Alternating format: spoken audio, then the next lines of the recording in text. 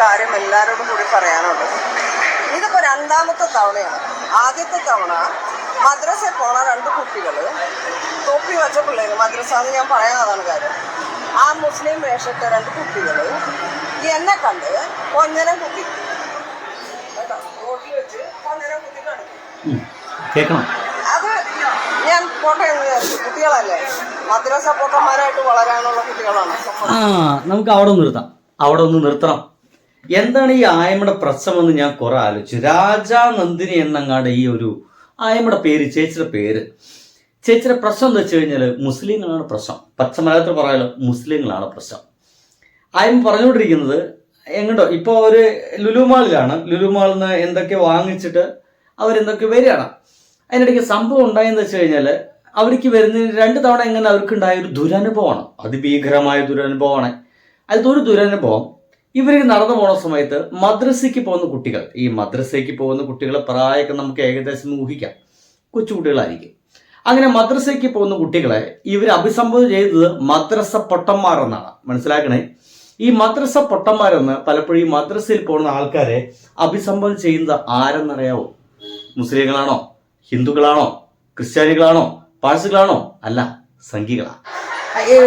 Sorry, ഓണാവല്ലേ ചേച്ചി. എന്തായാലും മദ്രസ പൊട്ടന്മാരെന്ന് അഭിസംബോധന ചെയ്യുന്നത് ഈ സംഘപരിവാരുകാരാണ്. ഈ മദ്രസയിൽ പോകുന്ന മുസ്ലിം ജനവിഭാഗത്തിൽപ്പെട്ട കുട്ടികളെ അങ്ങനെ അഭിസംബോധന ചെയ്യാറുള്ളത് ഈ RSS അല്ലെങ്കിൽ സംഘപരിവാര് മാത്രമാണ്. എന്തായാലും ഈ മദ്രസ പൊട്ടന്മാര് ഒരിക്കൽ ഈ ചേച്ചിയുടെ മുഖത്ത് പോയിട്ട് കൊഞ്ഞന് കുട്ടിയത്രേ. ആ കൊഞ്ഞ കുത്തുന്ന പരിപാടി ഉണ്ടല്ലോ, അത് ചെയ്തു അത്രേ. എൻ്റെ പൊന്നു ചേച്ചി, ഒന്ന് ക്ഷമിച്ചളാ, കുട്ടികളല്ലേ, കുട്ടികളല്ലേ. അതിങ്ങനെ ഇത്ര വലിയ രാജ്യവിരുദ്ധമായ പ്രശ്നമായിട്ടൊന്നും നിങ്ങൾ അവതരിപ്പിക്കല്ലേ. ഒരുപക്ഷെ നമ്മളൊക്കെ പോകുന്ന സമയത്ത് ചില കുട്ടികൾ ചിലപ്പോൾ രസകരമായിട്ട് ചിലപ്പോൾ ഒന്ന് കൊഞ്ഞൻ കുട്ടിന്ന് വരും. ചിലപ്പോൾ അവർ അത് അന്ന് സ്കൂളിൽ നിന്ന് പഠിച്ച കാര്യമായിരിക്കും. ഈ കുട്ടികളെ നമ്മൾ വളർത്തുന്ന പോലെ മാത്രമല്ല, കുട്ടികൾ സ്കൂളിൽ നിന്നും ഒപ്പം സഹവസിക്കുന്ന കൂട്ടുകാരിൽ നിന്നൊക്കെ പലതും പഠിക്കുന്നേ. അപ്പോൾ അതിൻ്റെ ഭാഗമായിട്ടൊന്നും കൊഞ്ഞന് കുത്തിയതായിരിക്കും. പ്രസാദമൊന്നല്ല, ചേച്ചിക്ക് ആ ഒരു ചെറിയ നമ്മുടെ രാജ്യവിരുദ്ധമായ ആ ഒരു പരിപാടിക്ക് ശേഷം വേറൊരു പ്രശ്നം കൂടി പറയാനുണ്ട്. അതാണ് രസം. ഇന്നൊരു വയസ്സായ തള്ള പറഞ്ഞിട്ട് മുഖമൊക്കെ മൂടി വന്നിട്ട് എൻ്റെ കൂടെയുള്ള കുട്ടീൻ്റെ കയ്യിൽ പൈസ കൊടുത്തിട്ട് കൊച്ചിൻ്റെ കയ്യിൽ പിടിപ്പിക്കാൻ പൈസ ലുലുമാളിൽ. ഇതെന്താ? ഞങ്ങൾ ഓടിച്ചെന്നു ഈ തള്ള എന്താ ഈ ചെയ്തതെന്ന് കാണിക്കാൻ നോക്കാൻ വേണ്ടി ചെന്നപ്പോൾ തള്ളയെ കാണാനില്ല. കാരണം പറഞ്ഞിട്ട കുറേ എണ്ണം അവിടെ ഉണ്ട്. ഏത് കൂതാത്ത വിചാരിച്ചിട്ടാ പിടിക്കണത്? ഇമ്മാതിരിയൊക്കെ കാണിക്കുമ്പോഴേ പബ്ലിക്കിൽ നിന്ന് ഈ വേഷം മാറ്റുക, അത് മാത്രമേ ഇനി രക്ഷയുള്ളൂ. പബ്ലിക്കിൽ ഈ വേഷം വേണ്ട, ഞങ്ങൾക്ക് പേടിയുണ്ട്. മനസ്സിലായോ? ഓരോ വേഷം കൊണ്ട് നടക്കണേ. അപ്പോ നിങ്ങൾക്കിപ്പോ കാര്യം മനസ്സിലായിരിക്കും. ആയമ്മയുടെ പ്രശ്നം മുസ്ലിങ്ങളുടെ പർദ്ദയാണ്. അപ്പൊ ഈ പർദ്ദ എന്ന് പറഞ്ഞ ആ സംഗതി പേടിയാണ്. ഇത്ര പേർക്ക് പർദ്ദയിട്ട ആളുകളൊക്കെ പേടിയാണെന്ന് ഒന്ന് ആലോചിച്ച് നോക്കി. അങ്ങനെ വെച്ചാൽ ഇന്ത്യയിലെ ഉത്തരേന്ത്യൻ ഭാഗത്തേക്ക് പോയി കഴിഞ്ഞാൽ ഇതേ പോലെ തല മുഴുവൻ മൂടി നടക്കുന്ന കുറെ ഹിന്ദു സ്ത്രീകളെ കാണാം. അവരൊക്കെ കണ്ടാൽ നമ്മൾ പേടിക്കണ്ടേ? അവരൊക്കെ കണ്ടാൽ പേടിക്കേണ്ടി വരും. എൻ്റെ പൊന്നു ചേച്ചി, നിങ്ങൾ ഉത്തരേന്ത്യയിലേക്കൊന്നും പോകരുത്, UP-ലേക്കൊന്നും പോകരുത്. അവിടെ മുസ്ലിങ്ങൾ മാത്രമല്ല ഹിന്ദുക്കളും ഇങ്ങനെ മുഖം മറച്ചടക്കുന്ന ഒരുപാട് സ്ത്രീകളെ കാണാം. നമുക്ക് അവരുടെ മുഖം കാണാൻ പറ്റില്ല. അവരേതാ രൂപം, അവരുടെ മുഖത്തിന്റെ ഭാവം എന്താണ്, ചിരിക്കുകയാണോ കരയാണോ ഒന്നും പറയാൻ പറ്റൂലെന്നേ. അപ്പൊ നമുക്ക് അവരെ കണ്ടാലും പേടിക്കേണ്ടതല്ലേ ഈ ആയമ്മയ്ക്ക്? അപ്പൊ ഹിന്ദുക്കളെ കണ്ടാലും പേടി വരണ്ടേ? അങ്ങനെയാണെങ്കിൽ അതും ഒഴിവാക്കണ്ടേ അല്ലേ? ആ വസ്ത്രവും നമ്മുടെ നാട്ടിൽ നിന്ന് എടുത്തു കളയണ്ടല്ലേ? എൻ്റെ പൊന്നു സുഹൃത്തുക്കളെ, എന്തൊരു വർഗീയ ചിന്താഗതിയാണ് ഈ ഒരു പ്രായത്തിലും ഈ ആയമ്മയ്ക്കുള്ളതെന്ന് ആലോചിച്ചു. എനിക്കതാ ഞാൻ ആലോചിച്ചത്. എന്തൊരു വർഗീയ ചിന്താഗതിയാണ്. പലപ്പോഴും സ്ത്രീകൾ നമ്മുടെ നാട്ടിൽ പറയാറുള്ളത് ഒരല്പം നൈർമല്യമുള്ള, ഒരല്പം നല്ല മനസ്സൊക്കെ ഉള്ള ആളുകളായിരിക്കും സ്ത്രീകൾ എന്നൊക്കെ പലപ്പോഴും പറയാറുണ്ട്. അങ്ങനെയൊന്നും ഇല്ല കേട്ടോ. എല്ലാവരും ഏകദേശം മനുഷ്യന്മാരാണ്. മനുഷ്യർ എന്ന് പറയുന്ന ആ ഒരു വിഭാഗത്തിനുള്ള ബേസിക് ഇൻസ്റ്റിങ്ക്റ്റ് ആണായാലും പെണ്ണായാലും അവന്മാർക്കൊക്കെ ഉണ്ട്. അത് കുറച്ച് കൂടിയും കുറഞ്ഞിട്ടൊക്കെ അവിടെ ഇവിടെ ഉണ്ടെന്നൊക്കെ പറയുന്നത് വെറുതെയാണ്. എല്ലാവർക്കും ഏകദേശം ഏറും കുറഞ്ഞും ഈ സംഗതിയൊക്കെ ഈക്വലാണ്. എന്തായാലും ഇങ്ങനെയുള്ള ഒരു വിഷയം നടന്നുകൊണ്ടിരിക്കെ ഈ ആയമ്മയ്ക്ക് എന്തൊരു ഭീകരമായിട്ടുള്ള വർഗീയ ചിന്താഗതി. ആദ്യം ഈ ആയമ്മയെ ഏറ്റവും വലിയ പ്രശ്നമായിട്ട് ആയമ്മയ്ക്ക് മനസ്സിലായത് മദ്രസ പൊട്ടന്മാരാണ്. മുസ്ലിങ്ങൾ ആരാണ് മദ്രസ പോവാത്തുള്ളത്? ഒരുപക്ഷെ മുസ്ലിം മതവിഭാഗത്തിൽ ജനിച്ച ഒട്ടുമിക്ക ആളുകളും മദ്രസയിൽ പോയ ആളുകളായിരിക്കും. തീർച്ചയായിട്ടും മദ്രസ പോയിട്ടുണ്ടായിരിക്കും. മദ്രസ പോവാതിരിക്കൂല. കാരണം ഇവരുടെയൊക്കെ രക്ഷിതാക്കള് ഒരു ഇസ്ലാം മതവിശ്വാസികളായതുകൊണ്ട് മറ്റും പിന്നെ ഒരു മഹല്ല് കമ്മിറ്റിയുടെ കീഴിലായതുകൊണ്ടും ഇതൊരു നിർബന്ധിതമായിട്ടുള്ളൊരു പരിപാടിയാണ് ആ ഒരു വിഭാഗം ആളുകൾക്ക് ഉള്ളത് എന്നതുകൊണ്ടും മിക്ക ആളുകളും മദ്രസയിൽ പോകാറുണ്ട്. കുറച്ച് ആളുകളൊക്കെ ഒരു 2ാം ക്ലാസ്സോ 5ാം ക്ലാസ്സൊക്കെ ആയിക്കഴിഞ്ഞാൽ അവരെ സ്വന്തം ഇഷ്ടപ്രകാരം ചിലപ്പോൾ അങ്ങ് നിർത്തും.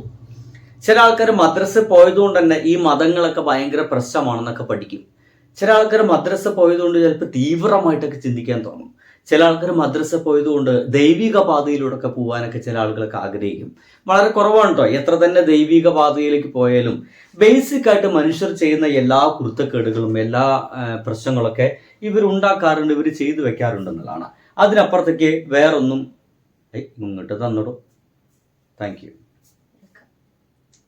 ഒരു കാപ്പി കുടിക്കാൻ വിചാരിച്ചു. അപ്പൊ നമ്മൾ പറഞ്ഞത് ബേസിക് ആയിട്ടുള്ള ഇവരെ പ്രശ്നങ്ങളൊക്കെ അവർ കാണിച്ചു കൂട്ടുന്നതാണ്.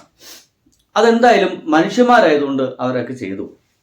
എന്തായാലും ഇവിടെ ഈ സ്ത്രീയുടെ ഏറ്റവും വലിയ വിഷയം ഹിന്ദുക്കളും മുസ്ലിങ്ങളുമാണ്. ഈ പ്രായമായിട്ടും ഞാൻ അങ്ങനെ തന്നെ പറയുന്നത്, ഒരു ഷായമയ്ക്ക് അത്യാവശ്യം പ്രായമുണ്ടോ, നല്ല പ്രായമുണ്ടോ. അപ്പോൾ ഈ പ്രായമായിട്ടും അവർക്ക് മുസ്ലിം മതവിഭാഗത്തിൻ്റെ പർദ്ദ എന്ന് പറയുന്ന ആ മൊത്തം മൂടിയ ഒരു വേഷം കാണുമ്പോൾ ഭയം തോന്നുന്നുണ്ടെങ്കിൽ, പൊതുസമൂഹത്തിൽ നിന്ന് അത്തരം വേഷങ്ങളൊക്കെ പിൻവലിക്കണമെന്ന് പറയുന്ന ഒരു ആഹ്വാനം അവർ ഉന്നയിക്കുന്നുണ്ട് എങ്കിൽ, അതൊരു പുതിയതായിട്ടൊക്കെ മതം പഠിച്ചു വരുന്ന ആളുകളൊക്കെ അത് ഉന്നയിക്കുകയാണെങ്കിൽ നമുക്ക് വിചാരിക്കാം അവർ തീവ്രമായിട്ട് പഠിച്ചു വരുന്നു. ഈ പ്രായമായിട്ട് അവരെ തലയിലേക്ക് അതൊക്കെ കയറിയിട്ടുണ്ടെങ്കിൽ അവരൊക്കെ പഠിച്ചു വന്ന രീതി എന്തോരം പ്രശ്നമായിരിക്കും. എന്തായാലും എനിക്ക് മുസ്ലിം മതവിശ്വാസികളായിട്ടുള്ള ആളുകളോട് പറയാനുള്ളത്, എല്ലാ ഹിന്ദുക്കളും അങ്ങനെയല്ല കേട്ടോ. ആദ്യം തന്നെ പറഞ്ഞു വയ്ക്കാം, എല്ലാ ഹിന്ദുക്കളും ഇവരെ പോലെ ചിന്തിക്കുന്ന ആളുകളെന്നല്ല, അവർ പലപ്പോഴും വസ്ത്രം കണ്ടാൽ പേടിക്കുന്ന ആളുകളെന്നല്ല. എൻ്റെ നാട്ടിലും മദ്രസയ്ക്ക് പോകുന്ന ഒരുപാട് കുട്ടികളൊക്കെ നമ്മൾ കാണാറുണ്ട്. അവരൊന്ന് കാണുമ്പോൾ എനിക്കൊന്നും പേടി തോന്നാറില്ല.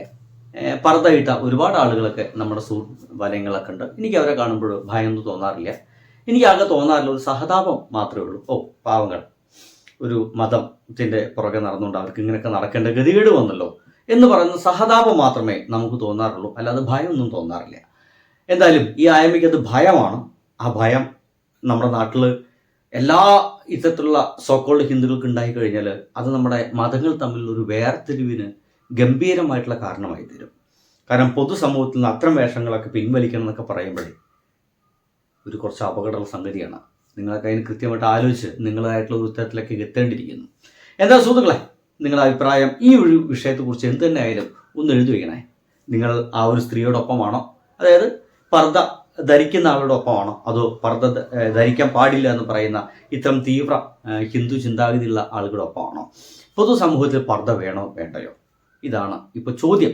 നിങ്ങളുടെ ഉത്തരം എന്ത് തന്നെ ആയാലും ഒന്ന് എഴുതി വയ്ക്കുക. നിങ്ങളെ സുഹൃത്തുക്കൾക്ക്, സഹൃദയർക്ക് കഴിയുമെങ്കിൽ വീഡിയോ ഒന്ന് ഷെയർ ചെയ്ത് കൊടുക്കുക. ബൈ.